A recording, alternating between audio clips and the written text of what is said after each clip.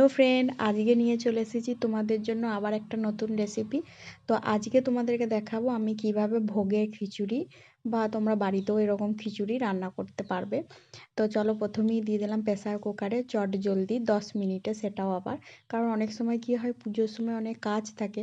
তো সেই হিসাবে খিচুড়ির কাছে বসে সব সময় নাড়া আমাদের পক্ষে সম্ভব হয় না।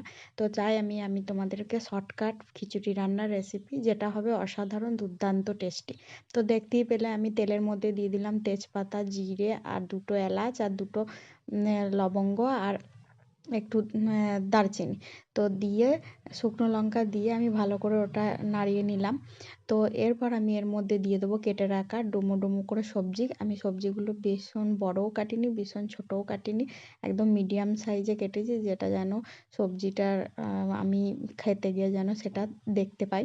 তো দেখো, তো আমি এর মধ্যে দিয়ে দিলাম সবজিগুলো কেটে রাখা, আর এরপর দিয়ে দিলাম লবণ।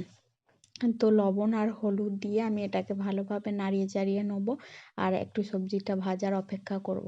তো সবজিটা ভেজে দিলে একটা সবজির যে স্মেল, সেই স্মেলটা আসবে না, সুন্দর একটা টেস্টি আসবে।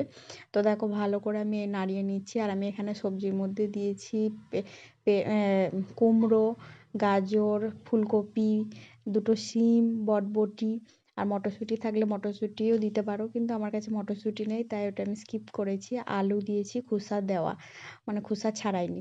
এরপর আমি এর মধ্যে অ্যাড করলাম আদা, আর এখানে দেখো আমি চালটা প্রায় 45 মিনিট মতো ভিজিয়ে রেখেছি।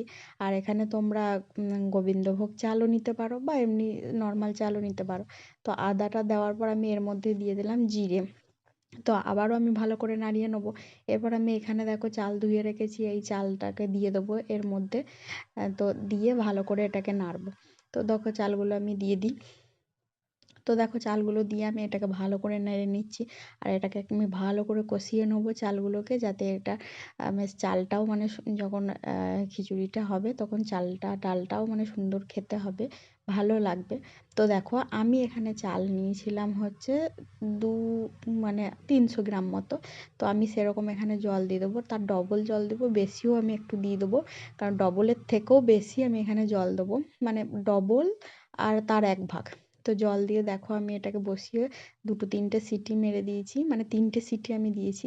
তো দেখো এখানে 3টে সিটি দেওয়ার পর খিচুড়িটা দেখো কতটা সুন্দর হয়েছে, কিন্তু এখানে একটু আঁটো হয়েছে, আমি এর মধ্যে গরম জল অ্যাড করে দেবো, তাহলে এটা আর একটু মানে টাইট থেকে আর একটু নর্মাল হয়ে যাবে। তো দেখো খিচুড়ি আমার একদম পুরোপুরি রেডি, আর এর মধ্যে আমি দিয়ে দেবো একটু ঘি। তো আমি 1 চামচ এখানে ঘি দিয়ে ভালো করে নাড়িয়ে নিলেই আমার রেডি হয়ে গেল ভোগের খিচুড়ি। আর কতটা শর্টকাট আমি খিচুড়িটা রান্না করলাম তোমরাই বলো। এর কাছে থাকতেও হলো না, কিচ্ছু না। তো ভালো লাগলে অবশ্যই লাইক, কমেন্ট, সাবস্ক্রাইব করতে ভুলবেন না।